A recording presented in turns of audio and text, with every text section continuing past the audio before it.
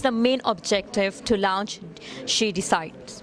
The main objective is to empower women in a way whereby they have control over themselves and over their own bodies, but also it's recognizing that women play a much larger role in ensuring the success of the family in general. So it's a way of empowering the family by empowering the woman. Lovely. And my second question is, what other program BISP is doing currently for women empowerment? Sorry, I missed. What other program BISP is doing currently for women empowerment?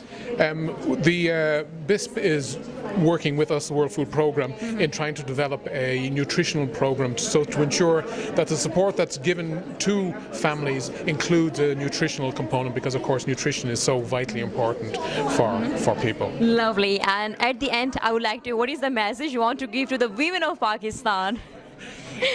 Take control of the resources, because that's the key to empowerment. Lovely. Okay. Good answer. Thank you so much.